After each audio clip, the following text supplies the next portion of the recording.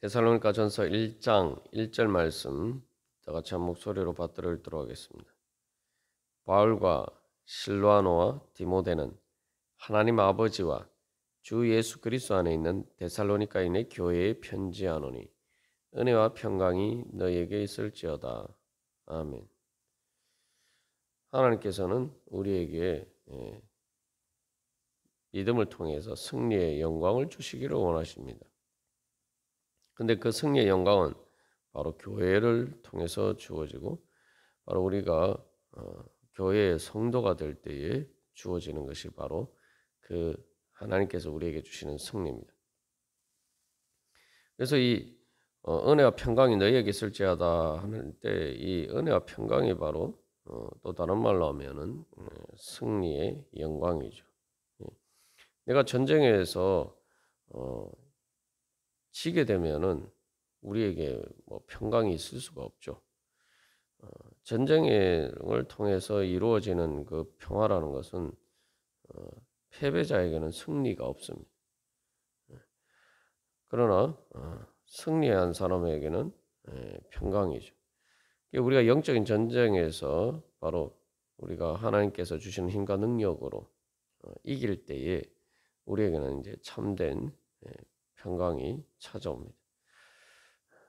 그래서 핍박과 환난 가운데 있어도 주님의 은혜를 통해서 그 하나님께서 예수님을 통해서 주시는 그 능력을 통해서 우리는 그 모든 것을 죄와 사망의 권세를 이기고 다스리고 그리고 평강의 그런 은혜를 누릴 수가 있습니다.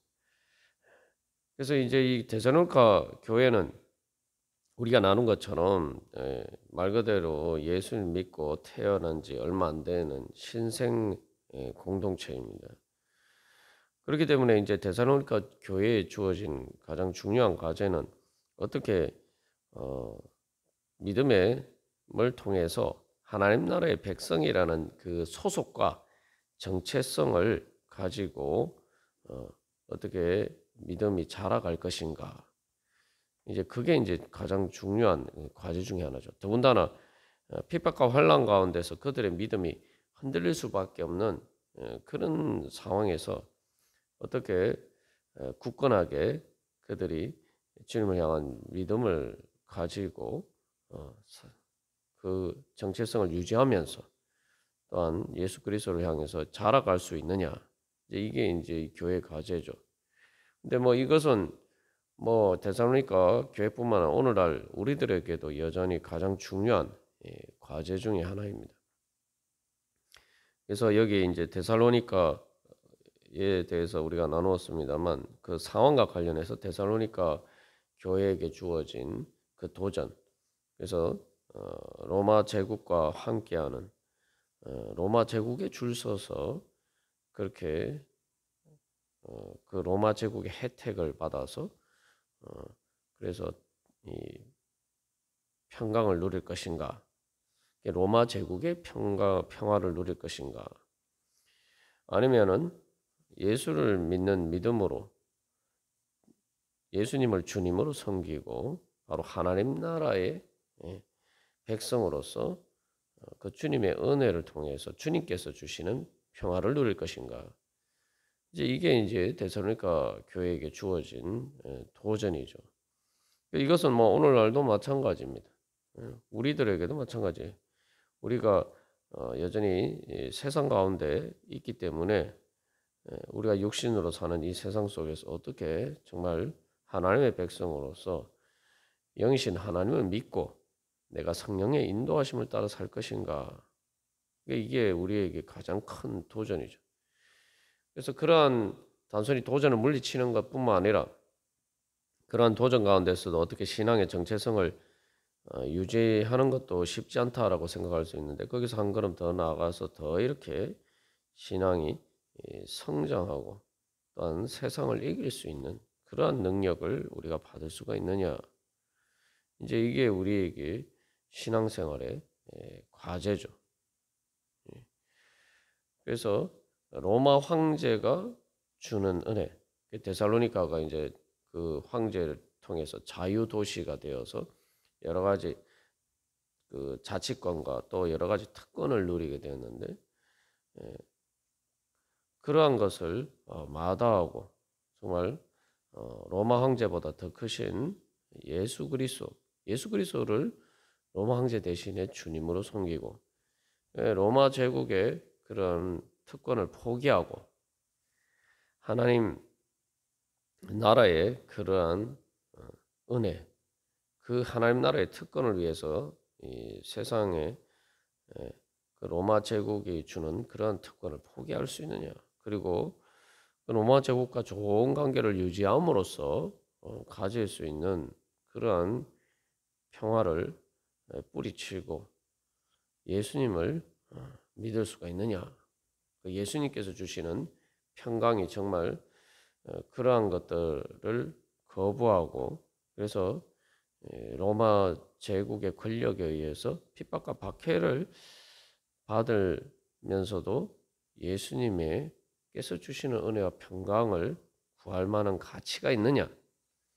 이런 믿음이 있어야지 예수님을 믿을 수가 있는 거죠. 이게 뭐 오늘날도 우리들에게도 마찬가지입니다.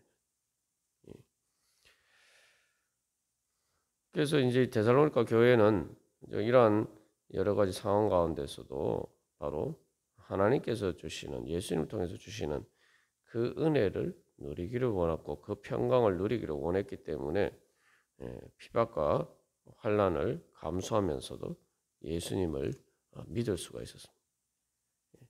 그렇다면은 우리가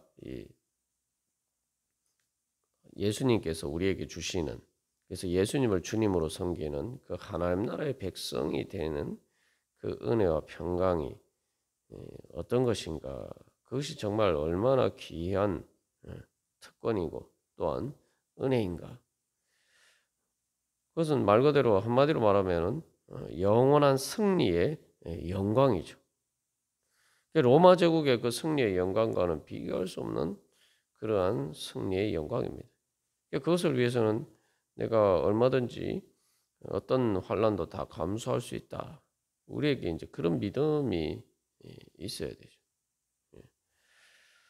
그래서 그런 믿음을 위해서 바로 우리에게 필요한 것은 바로 교회의 승리를 믿어야 됩니다. 교회의 승리. 그래서 교회의 승리를 믿고 내가 예수 그리스도의 교회 안에 내가 있을 때 그 교회의 구성원으로서 성도가 될 때 우리가 하나님 나라의 이제 백성이 될 수가 있죠.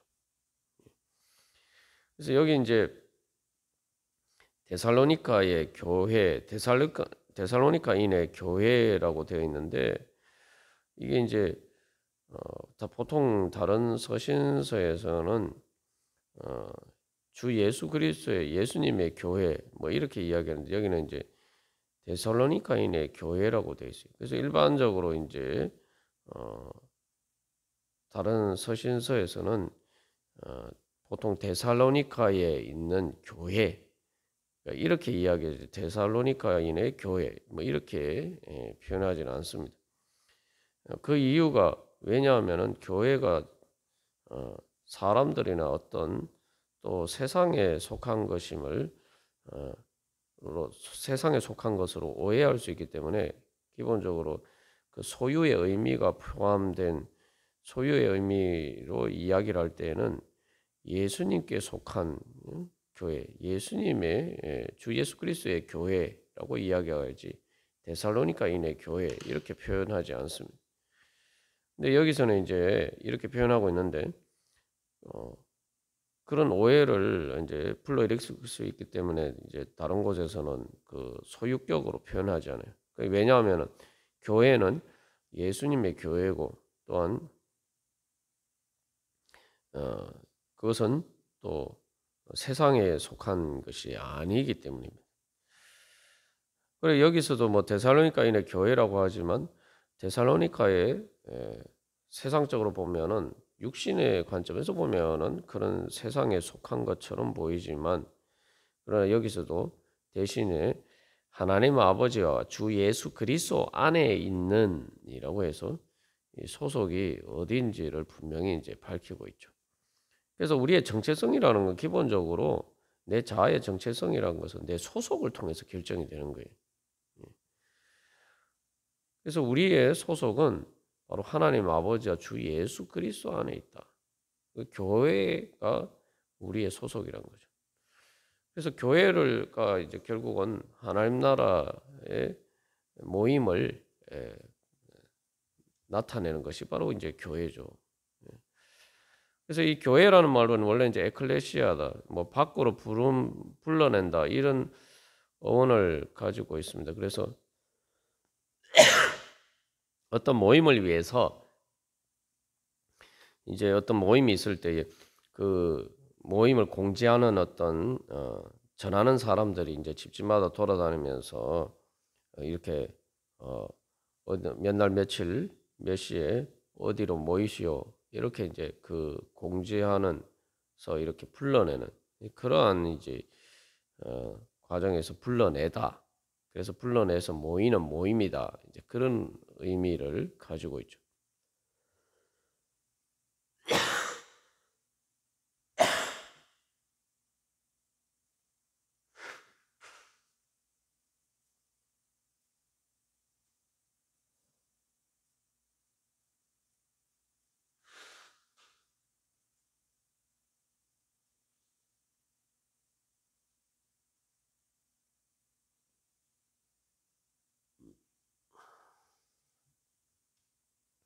예, 죄송합니다.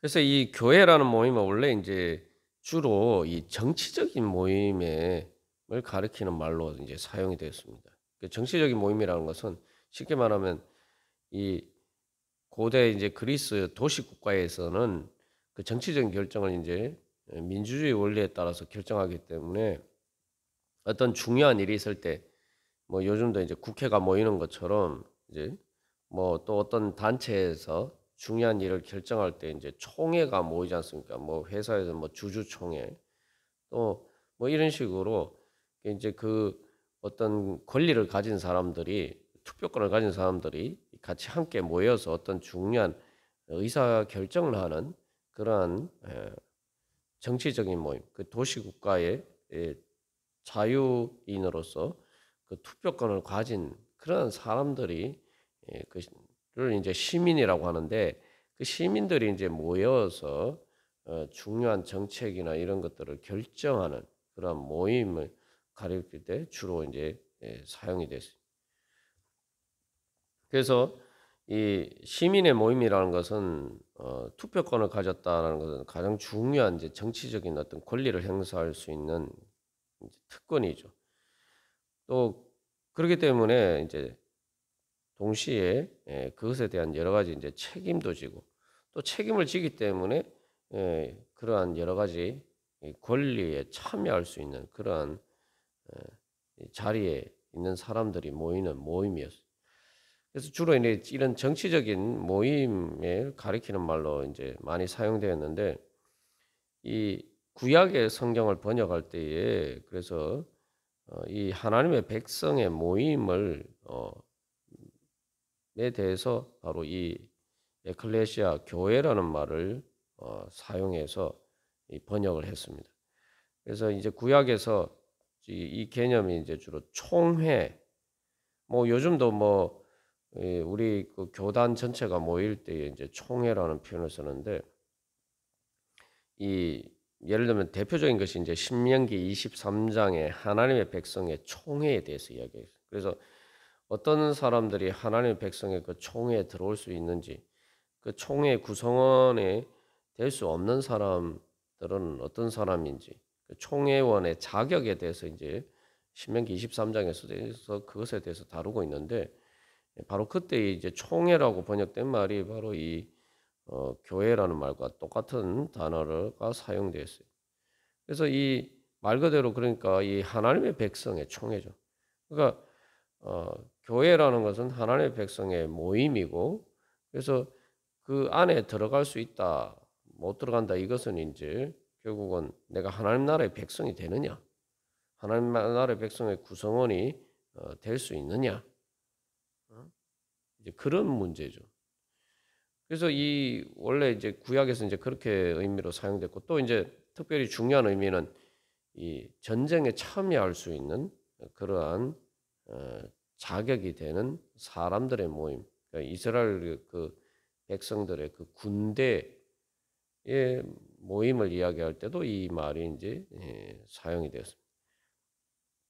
이게 원래 인제 유대인들은 모일 때에 유대인들이 그 디아스포라 유대인들이 각 지역에서 자기들끼리 이제 모일 때는 모이는 것을 이제 회당이라고 하는데 회당이 이에 대해서는 시나고게라는 말을 썼기 때문에 그것과 구별하기 위해서 이제 기독교 교회는 이방인들을 포함한 새로운 하나님의 백성의 모임이다. 이런 의미에서 이 에클레시아라는 말을 사용했습니다.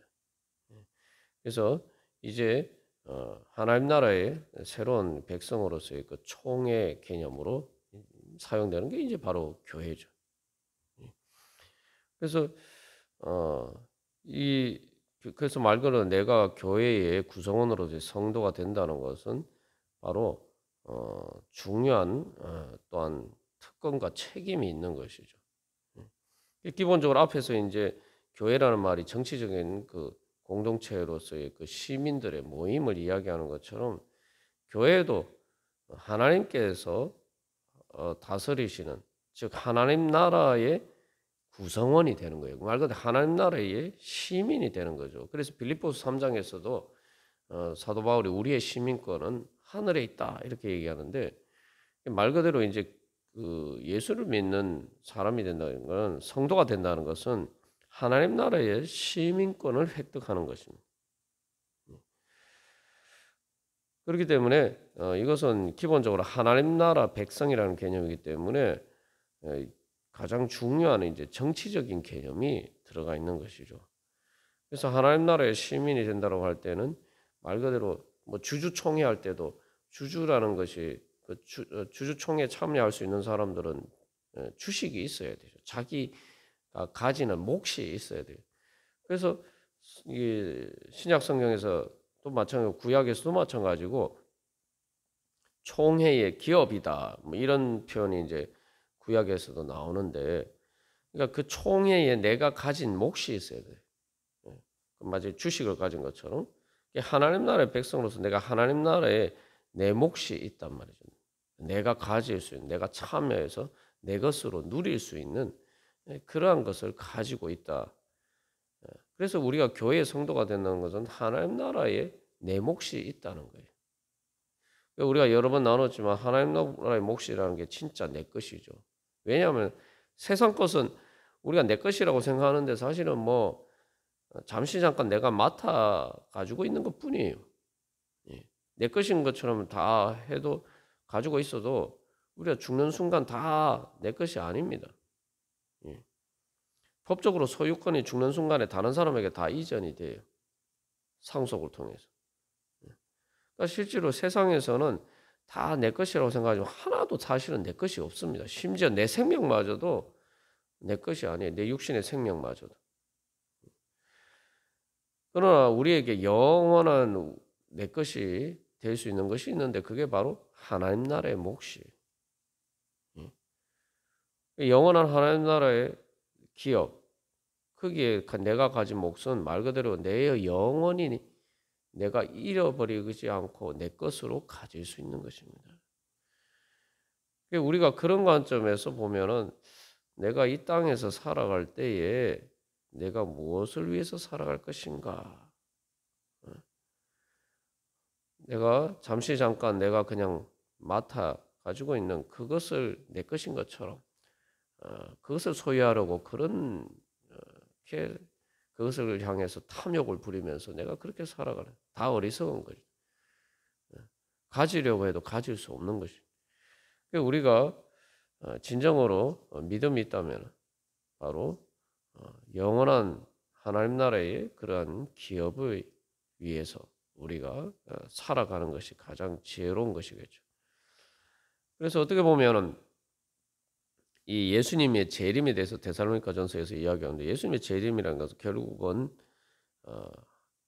하나님께서 우리에게 몫으로 내 몫으로 주신 바로 그것을 이제 확실하게 내 것으로 받는 바로 그때가 예수님의 재림 때.